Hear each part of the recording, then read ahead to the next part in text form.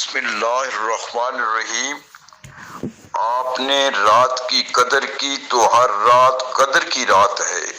ہم نے شب قدر کی قدر نہیں کی اور اسے ایک رسم و رواج میں جکڑ لیا اور رسمی طور پر ہم نے اسے اپنا لیا۔ اگر ہم راتوں کے حوالے سے دل میں جگہ دیں تو ہر رات لیلۃ القدر ہے۔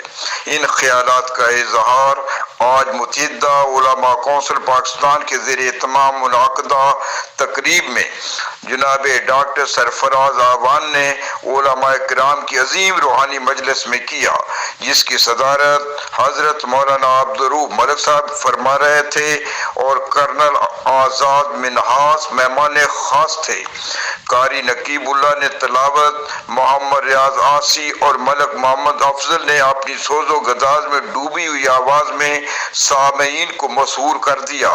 ڈاکٹر سرفراز اعوان کا بیان سریع اثر تھا کہ سامعین کا جی چاہتا تھا کہ آپ بولتے جائیں اور ہم سنتے جائیں۔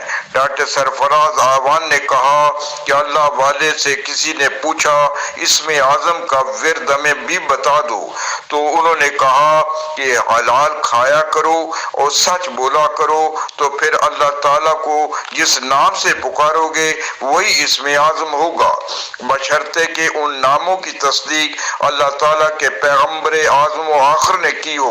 صنم سے بات نہیں بنے گی جب تک سمجھ نہیں کہو گے۔ ڈاکٹر سرفراز اعوان بول رہے تھے اور رات دبے پاؤں نکلے جا رہی تھی۔